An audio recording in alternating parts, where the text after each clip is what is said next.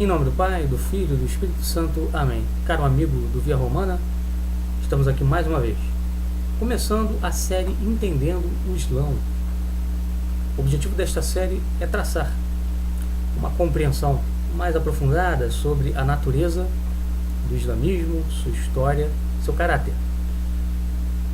Por que fazermos uma série dessa?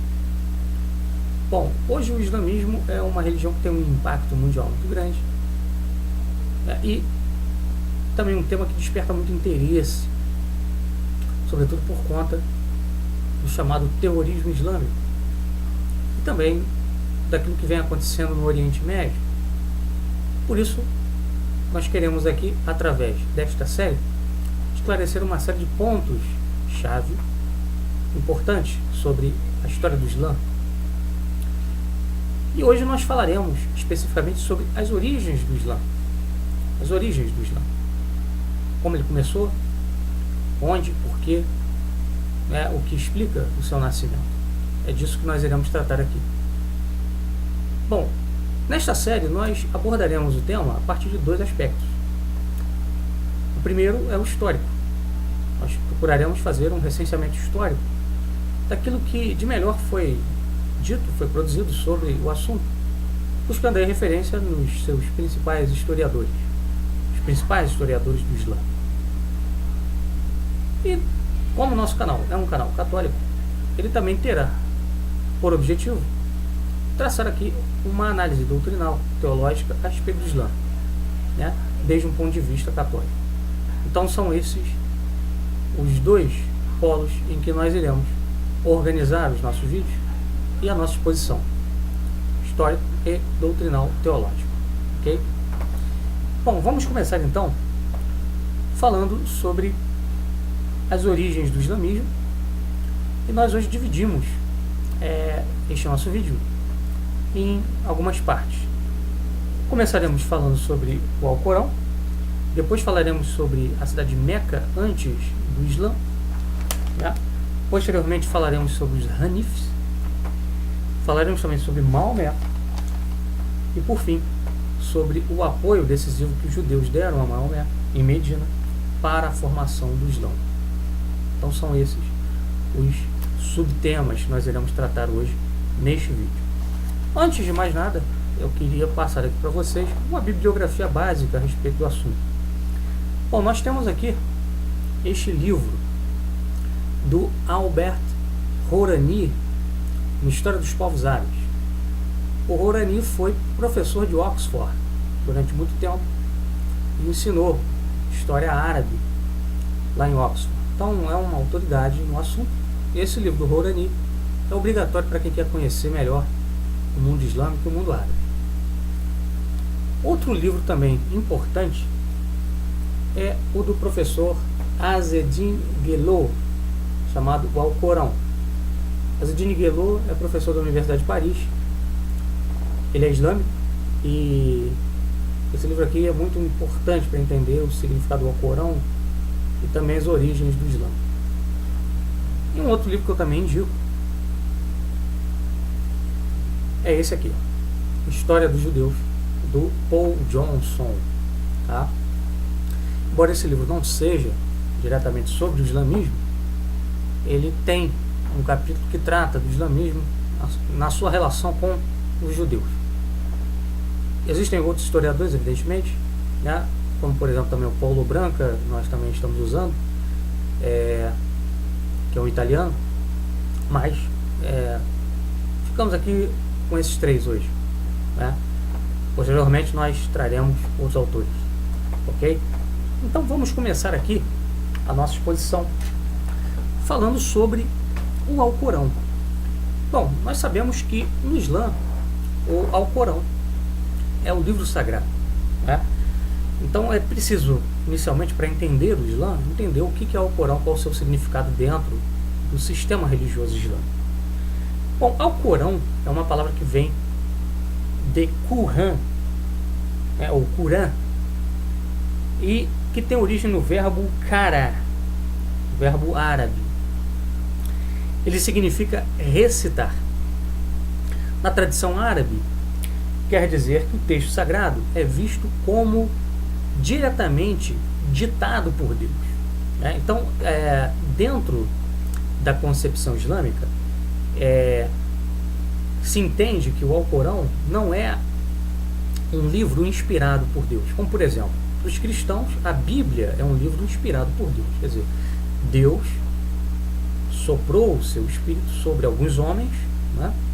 Esses homens puseram por escrito aquilo que o Espírito de Deus os inspirou a escrever. Na visão islâmica, não. Na visão islâmica, foi o próprio Deus que ditou, palavra por palavra, letra por letra, a Maomé, o livro sagrado. Então é uma diferença já bastante grande entre islamismo e cristianismo, no que tange a concepção de revelação, né? Para o islamismo, o Alcorão é a revelação direta de Deus, né? Para o cristianismo, Deus se revela através dos homens, através de uma inspiração que ele dá aos homens, né? Então, por exemplo, quando você estuda teologia bíblica, você tem que, por exemplo, estudar, né, hermenêutica. Você tem que conhecer, por exemplo, as tradições literárias da época, os gêneros literários de época. Por quê? Porque esses escritos bíblicos, eles foram escritos segundo uma cultura humana. Já na visão islâmica, não. O Alcorão, ele não sofreu a influência de uma cultura humana, né? Ele foi diretamente ditado de Deus a Maomé, e Maomé colocou por escrito exatamente aquilo que Deus ditou, sem, né, uma interferência do homem, vamos dizer assim. Então, essa é a grande diferença entre a concepção islâmica de revelação e a concepção cristã de revelação. O Alcorão não é como os evangelhos, né? Os evangelhos bíblicos, eles relatam o acontecimento da vida de Cristo. O Alcorão não é isso. O Alcorão, ele é dividido em suras. As suras seriam como livros. E, ao todo, o Alcorão tem 6.600 versículos. Uns maiores, outros menores. Aí varia. Cada sura tem tem um tema determinado, tá? E o grande papel, a grande função das suras não é contar um fato ou relatar um evento relativo à vida de Maomé, mas sim dar uma formação religiosa, tá? Onde estão os ditos e os feitos de Maomé? Nos hadith. Então existem duas fontes dentro do islamismo, né? O Alcorão e as suras do Alcorão são considerados por todo o islâmico como, né, palavras sagradas, né? Então toda a sura é vista como a palavra de Deus, né? E os hadith seriam, né, os relatos dos feitos de Maomé e das ações de Maomé, mas eles não dão aos hadith o peso de livro sagrado, livro santo ou palavra de Deus, né? Então é basicamente isso. O Islã se divide, né, do ponto de vista escriturístico, em duas fontes: o Alcorão, livro sagrado, e os hadith, com os ditos e as ações de Maomé. Bom, como o Islã surgiu? Essa é uma questão interessante. E para nós entendermos isso, nós precisamos inicialmente compreender qual era o papel de Meca na Arábia antes do Islã surgir. Ok? Então vamos lá. Meca era uma cidade em entroncamento, ou seja, uma cidade comercial. A principal cidade comercial na Arábia, no século VI depois de Cristo. Então, ali por volta dos anos de 570, 580, Meca já tinha esse status. Era a maior cidade comercial da região, ok? Por ali passavam rotas de toda a Arábia, inclusive rotas africanas, rotas que vinham, por exemplo, da Etiópia, rotas de comércio, né, que cruzavam a cidade o ano inteiro. Era assim né, um centro cultural também. Além de ser um centro comercial, era também um centro cultural. Por quê? Muitas destas rotas, né, faziam parada ali.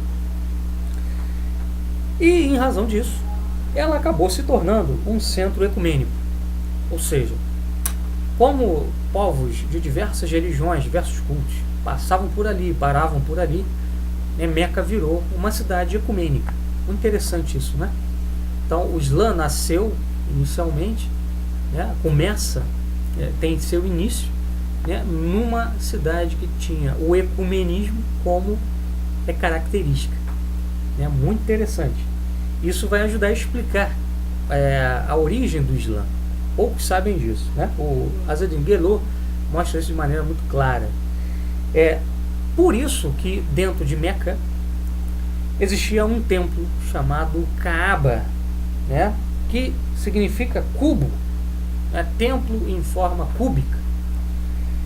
Ali havia a adoração a vários deuses, ok? Todo ano existia uma peregrinação a Kaaba. Essa peregrinação era feita por povos de diversas regiões, da Arábia e também da África. Quando essa peregrinação acontecia, os conflitos tribais paravam, né? E havia uma celebração em toda a cidade por conta dessa peregrinação. Vocês percebam que hoje o Islã mantém essa peregrinação, né? É um dos 5 mandamentos, uma das 5 obrigações do islâmico, né? Peregrinar a Meca e visitar a Kaaba, né? Isso é algo que já existia antes de Maomé. Outra coisa também interessante, dentro da Kaaba existia um sacerdócio, existia um pontificado, ou seja, existia um sumo sacerdote, né? E geralmente, esses sacerdotes eram escolhidos entre as famílias mais importantes da cidade de Meca, né? Uma das famílias mais importantes da cidade de Meca era a família dos Quraish, justamente a família de Maomé, né? Muitos chamam de Quraishitas, mas no árabe Quraish, ok? Tribo dos Quraish. Bom, qual era o papel desses sacerdotes da Kaaba? Eram 2 os papéis destes sacerdotes. Bom, o primeiro era manter o templo, né? A manutenção física do templo. E o segundo papel era distribuir, uma água sagrada, chamada água de Zanzã, porque ela vinha de um poço chamado Poço de Zanzã, entre os peregrinos. Era uma espécie de água benta, água abençoada, ok? Então, basicamente, era isso que esse sacerdócio fazia. Esses costumes estavam enraizados em Meca. Tão enraizados que mesmo a população judia de Meca, quanto a população de cristãos, porque havia também judeus e cristãos vivendo em Meca, né, já haviam se acomodado àquele ecumenismo que ali existia, né? Por exemplo, na Kaaba tínhamos a presença na época de representações de Abraão com Ismael, né, a quem os árabes, né, designavam como sendo o seu pai, não é? Sabemos que existe uma tradição árabe antiquíssima que diz que os árabes são filhos de Ismael, portanto também filhos de Abraão, como os judeus. Havia também uma representação da Virgem Maria com o menino Jesus, junto com cerca de mais de 300 ídolos da região, 300 deuses, né? Sejam eles de origem árabe ou de origem africana, tá?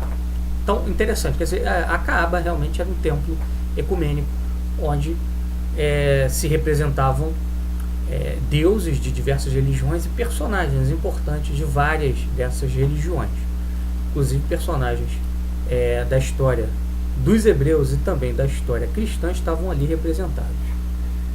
Bom, no meio disso tudo aí é que surgem os Hanifs. Então passamos agora ao terceiro ponto da nossa exposição, falar sobre os Hanifs. Quem eram os Hanifs? Bom, diante desse culto ecumênico que existia ali em Meca, né, alguns homens começaram a se distanciar disso, né, e começaram a professar a fé num Deus único e numa moral universal, numa lei moral universal. Esses homens eram chamados de Hunafá ou Hanifes, né? E eles eram chamados, na época, de adeptos de uma tradição primordial, né? E eles ligavam essa tradição primordial a Abraão. Então os Hanif tinham o seguinte objetivo: restaurar essa tradição primordial, que segundo eles havia sido perdida, né, em face do politeísmo, né, e do ecumenismo que reinava ali em Meca. E a base da fé do Hanif era a existência de um único Deus e de uma lei moral universal, tá? Esses Hanifes, eles eram geralmente críticos do laxismo, ou seja, do relaxamento, né, dos costumes, seja dos cristãos, seja dos judeus. Então, eles, alguns desses Hanifes até eram originalmente cristãos ou judeus, né, mas acabaram se afastando dessas comunidades religiosas porque percebiam que muitos praticavam a religião só como um formalismo, né, sem uma devoção, sem um fervor, sem uma alma, né, um formalismo sem alma, né. Então muitos acabaram se afastando tanto do cristianismo quanto do judaísmo por conta disso e vão em busca, né, de uma religião, digamos assim, mais simples, uma religião sem ritos, né, uma religião sem dogmas, uma religião baseada em dois princípios básicos: um Deus único e uma lei moral universal. Bom, os Hanifes, apesar de rejeitarem, né, aquele culto ecumênico da Kaaba, viam a Kaaba como um símbolo, né? Eles entendiam o seguinte, que acima das diferentes religiões, dos diferentes cultos, né, existia uma verdade transcendente, né? Então eles viam a Kaaba como um símbolo disso, né, um símbolo de uma verdade que transcende todas as religiões. Quer dizer, eles tinham também, de certa maneira, uma visão ecumênica. Há alguns autores, alguns historiadores, que inclusive dizem que os Hanifes tinham uma teologia simbolista, né, que se aproxima muito do que nós temos hoje no chamado esoterismo perennialista de um René Guénon, de um Fritz Georg Schuon. É muito interessante perceber isso. Por quê? Porque nós sabemos que dentro do Islã, até hoje, existe um ramo esotérico, que é o sufismo. E alguns autores identificam os Hanifes, né, como indivíduos que tinham uma visão esotérica da religião. Ou seja, como assim? Explicamos. Para os esotéricos, em todas as religiões existem verdades comuns, né, e parcelas de verdade, mas somente, né, os místicos, os iniciados, portanto os esotéricos, que compreendem perfeitamente o sentido transcendental destas doutrinas. Ou seja, eles entendem que estas doutrinas das diversas religiões têm um sentido exotérico, ou seja, externo, né, para o povo, e um sentido esotérico, secreto, oculto, para os iniciados, para os místicos, para os entendidos, né? Então era basicamente esta visão que os Hanifes tinham da Kaaba. Quer dizer, para o povo, né, a Kaaba é um centro de culto a diversos deuses. Para eles não. Para eles a Kaaba significava que cada um desses deuses, né, representava um aspecto do Deus único, do Deus verdadeiro, né? Em que, portanto, somente os Hanifes, né, através de um aprofundamento místico, teriam acesso a esse tipo de conhecimento, tá? Então eles eram, como dizem alguns historiadores, adeptos de uma teologia mística, de uma doutrina mística que se punha acima das doutrinas religiosas. Quer dizer, qual era o grande programa dos Hanifes? E aí é importante ressaltar isso. O programa dos Hanifes era criar uma religião, que transcendesse todos estes cultos, né? E que tivesse elementos, né, de todos eles. De todos eles. Não é à toa que o Islã, ele traz elementos, por exemplo, do judaísmo, ele traz elementos do cristianismo e traz elementos também dos cultos pagãos, das tradições pagãs da Arábia, né? Então o Islã nasce como uma fabricação, digamos assim, ecumênica, né? Até porque qual é a grande visão do islamismo sobre si mesmo? O islamismo se considera a terceira revelação, né? Aquela revelação que inclui todas as outras que vieram antes, né? E que as supera, e que as transcende, né? Quer dizer, o Islã se considera como a última revelação, a mais elevada de todas. E nós podemos perceber a origem dessa visão já nos Hanifs. Falaremos então agora, passaremos para o quarto ponto da nossa exposição, onde nós falaremos sobre Maomé. Quem foi Maomé? Qual a sua origem? Bom, Maomé nasceu em Meca, nasceu nesse contexto. E nasceu da família dos Quraysh, né? Nos seus 6 primeiros anos de vida, ele foi criado numa tribo berbere. A mãe, que era uma mulher da nobreza Quraysh, né, entrega Maomé para ser amamentado por uma mulher berbere, e ele vai ficar vivendo entre os nômades durante 6 anos. Depois ele volta para casa. E quando ele volta para casa, assim que ele volta, né, ele sofre um grande baque, a morte dos seus pais, e ele acaba sendo adotado pelo avô, Abdul Muttalib, né? O avô de Maomé, Abdul Muttalib, era também Quraysh, né, a tribo mais importante de Meca, e era também o chefe pontifical da Kaaba, ou seja, ele era o pontífice da Kaaba. Então ele era um homem de muito destaque na cidade, não só pela riqueza que possuía, mas também pelo cargo que exercia, o cargo pontifical que exercia. Bom, durante toda a adolescência de Maomé, a juventude, ele foi protegido pelo avô que deu a ele uma educação religiosa baseada nas visões dos Hanifs. O avô dele também era Hanif, apesar de ser pontífice da Kaaba, né? Ele era Hanif, né? Muitos Hanifs se afastavam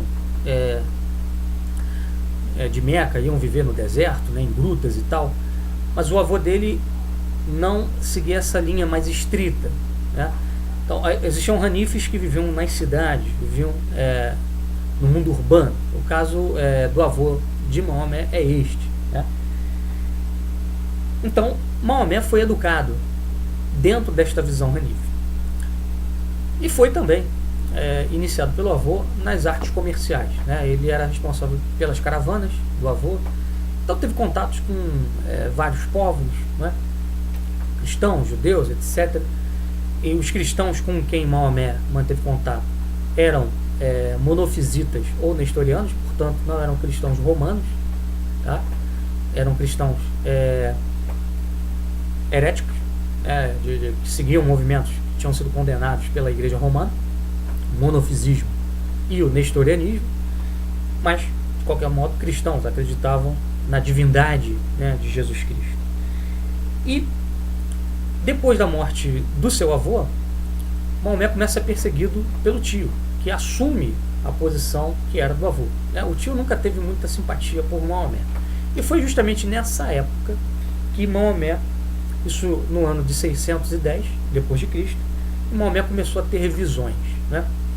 Maomé começou a se dedicar a meditações na gruta de Irã, e numa dessas meditações ele teve uma visão onde ele recebeu, né, a seguinte revelação, como afirmam os islâmicos, tá?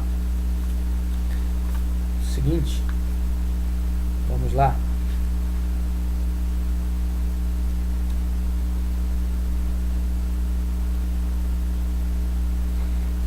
Diz assim, recita em nome de teu Senhor que te criou. Ele criou o homem a partir de uma aderência. Recita: o teu Senhor todo generoso, aquele que ensinou pela pena. Ensinou ao homem o que o homem não sabia. Bom, isso é uma passagem do Alcorão, né? Segundo a tradição islâmica, foi a primeira revelação recebida por Maomé da parte de Alá, né? E isso significa aquilo que nós dizíamos no início, quando falávamos do Alcorão. Quer dizer, a ideia de que a revelação de Deus é um ditado, né, que é dado pelo próprio Deus ao seu profeta, né, que seria, na visão islâmica, Maomé. Bom, o que acontece é que Maomé, quando começa a ter essas visões, ele começa a ser mal visto pelos seus familiares. Por quê? A tribo dos Quraysh cuidava da Kaaba, e a visão de Maomé, que era uma visão intransigente de um Deus único e de repúdio àquele ecumenismo da Kaaba, né, acaba entrando em choque com os interesses familiares, porque havia um grande comércio em torno também daquela peregrinação que existia para a Kaaba. E se aquele culto ecumênico da Kaaba acabasse, isso afetaria evidentemente os interesses comerciais familiares. Então o que acontece? O tio de Maomé retira dele a proteção, né? E Maomé fica absolutamente sozinho, contando apenas com a ajuda de sua mulher, Khadija. Quem era Khadija? Khadija era uma mulher rica que tinha casado com Maomé e tinha colocado Maomé como administrador de seus bens, administrador também do seu comércio. E Maomé vai contar em grande parte com a ajuda da mulher, que era judia. Isso que é interessante. A mulher de Maomé era judia. E é a mulher de Maomé que vai buscar aconselhamento em relação às visões de Maomé com um parente dela, se não me engano, com um tio. Esse tio diz que as visões de Maomé não se opunham às escrituras do povo hebreu, e portanto elas eram condizentes com aquilo que já tinha sido revelado. Isso aí vai abrir as portas para que Maomé consiga a adesão de muitos judeus, né, seja em Meca, seja em Medina, tá? Os primeiros a aderirem à fala, à pregação de Maomé foram amigos próximos dele, né, alguns hanifes, né, parentes, sobretudo os parentes de Khadija, que eram judeus, né? Bom, diante disso tudo, diante desse contexto problemático que aparece para Maomé lá em Meca, ele tem que fugir, ele vai para Medina, né? E é lá em Medina que efetivamente o Islã se sistematiza como religião, né? Se formaliza como uma religião, né? Então agora nós vamos passar para o último ponto do nosso vídeo, onde nós vamos falar sobre o apoio dos medinenses a Maomé. Bom, em primeiro lugar, nós temos que ressaltar o seguinte: a cidade de Medina era uma cidade que tinha muitas tribos judias, ok? E essa presença judia na Arábia já era muito antiga. Por exemplo, existem registros seguríssimos que mostram que desde o século I a.C. existiam colônias, comunidades judias em Medina, tá? Na região ali de Medina. Historiadores descobriram também inscrições babilônicas mostrando que comunidades judaicas foram introduzidas no Hejaz, região da Arábia. Então, ou seja, já no século VI, né? Inscrições babilônicas do século VI a.C. Quer dizer, ao que tudo indica, há mais ou menos 1000 anos, né, os judeus já estavam presentes na Arábia, ok? No começo da era cristã, no século I depois de Cristo, século II, né, havia várias tribos árabes judaizadas, né? Várias tribos originalmente árabes tinham passado a praticar o judaísmo por conta da influência judaica ali na região. Lembrando também que muitos judeus fugiram para ali por conta da diáspora, né? Anos 70, né, o general Tito destruiu Jerusalém na guerra judaico-romana e muitos judeus fogem. Alguns fogem para a Europa, outros para a África, outros fugirão para a Arábia. E justamente por conta da influência deles, muitas tribos árabes, desculpem, né, vão se tornar praticantes do judaísmo, né? Há alguns historiadores, inclusive, que dizem que muito dessa mística dos Hanifs, né, essa mística transcendental e meio que esotérica, né, dos Hanif, se deve à influência, né, do misticismo judeu, né, da mística gnóstica judaica, ok? Muitos falam dessa influência aí teria sido decisivo, porque nós sabemos que os judeus, né, desde antes de Cristo já tinham uma corrente esotérica, né, dentro da sua religião. Então a questão a se explicar é de onde veio essa tendência esotérica ali no meio dos Hanifs e tal. Quer dizer, alguns explicam a partir da influência judaica, né? Por exemplo, no deserto, né, haviam muitos judeus que não se conformavam e que se instalavam ali no deserto árabe, né, para praticar um judaísmo mais rigoroso. Por exemplo, muitos judeus mais rigoristas, né, em relação ao monoteísmo, vendo aquele ecumenismo ali da Caaba, ali em Meca, né, fugiam para o deserto em busca de uma vida religiosa mais radical.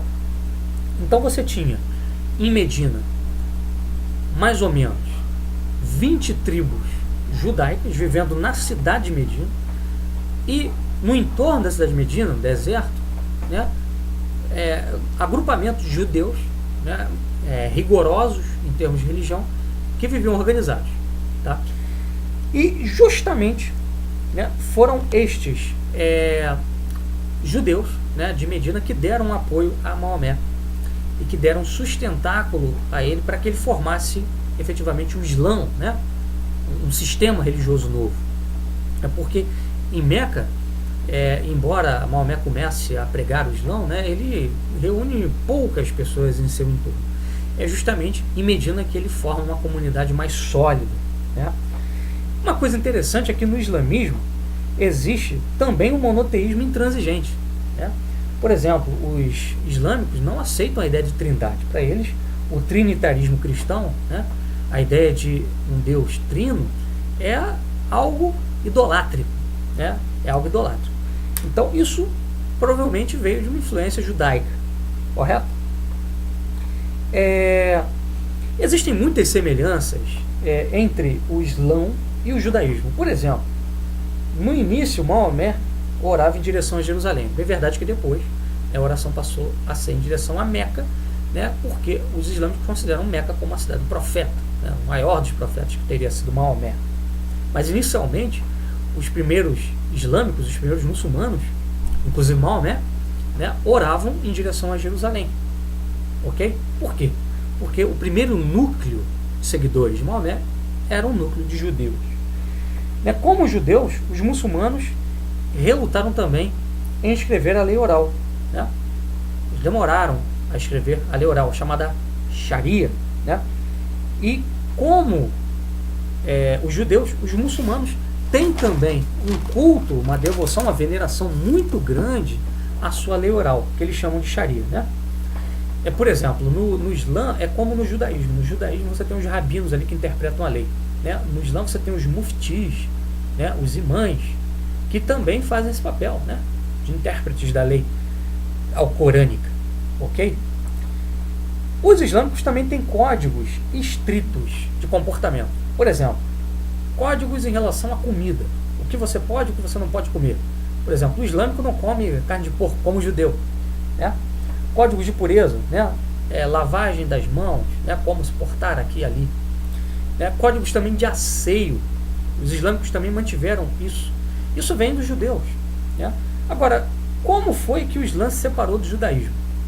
Ele se separou do judaísmo no momento em que Maomé, né, quis impor a estes judeus ali de Medina, né, e do entorno da cidade de Medina, né, o Alcorão como versão árabe, né, com a versão árabe da Bíblia, né, o equivalente árabe do Antigo Testamento, etc., né, ou com uma versão definitiva das Escrituras, né, porque o Alcorão considera, né, como nós dizemos, que os homens esqueceram-se da revelação. Então era preciso de um novo profeta para relembrá-los. Que profeta é esse? Maomé, né? A ideia também do Alcorão, isso está presente também numa das suras, é de que o melhor relato, né, é o relato do Alcorão. Então, nesse sentido, o Maomé incitava os seus discípulos ao quê? Olha, abandonem os textos do Antigo Testamento, o texto definitivo é o Alcorão, né, é este que vocês têm que seguir, porque é este que traz o melhor relato. À medida que isso foi se aprofundando, essa tendência foi se aprofundando dentro da pregação de Maomé, os judeus foram se afastando. Mas aí você já tinha ali um sistema montado, uma estrutura montada, muito em parte, muito devido, melhor dizendo, ao apoio financeiro dessas tribos judaicas, né, que eram tribos que também se dedicavam ao comércio, que deram muito apoio financeiro e material a Maomé, né. O Islã consegue então, com esse apoio, se formar, né, Maomé consegue formar uma milícia, né, um exército, e depois vai invadir Meca, né, vai tomar Meca e vai estabelecê-la como capital do Islã, recém-formado. Então, basicamente, o que nós queríamos dizer hoje era isso, né? Nas próximas aulas, nos próximos vídeos, nós traremos esclarecimentos subsequentes em relação à história do Islã, né, e a questões que envolvem hoje, por exemplo, o terrorismo islâmico, a questão do ISIS, etc. Ok? Pessoal, por hoje é isso que nós tínhamos a dizer. Até a próxima. Aguardamos que, espero eu, né, que na próxima aula nós possamos aí, quem sabe, esclarecer dúvidas. Se você tiver alguma dúvida, né, você pode mandar aí pelo Facebook ou também pelo nosso canal do YouTube, né, naquela parte dos comentários, e a gente terá o prazer de tirar essas dúvidas, desde que nós, evidentemente, tenhamos competência para tirá-las, né? Se nós não soubermos, nós tentaremos aí pesquisar para ver se nós conseguimos esclarecer as dúvidas que vocês trarão, ok? Então, muito obrigado a todos vocês, fiquem com Deus, até a próxima. Em nome do Pai, do Filho e do Espírito Santo. Amém.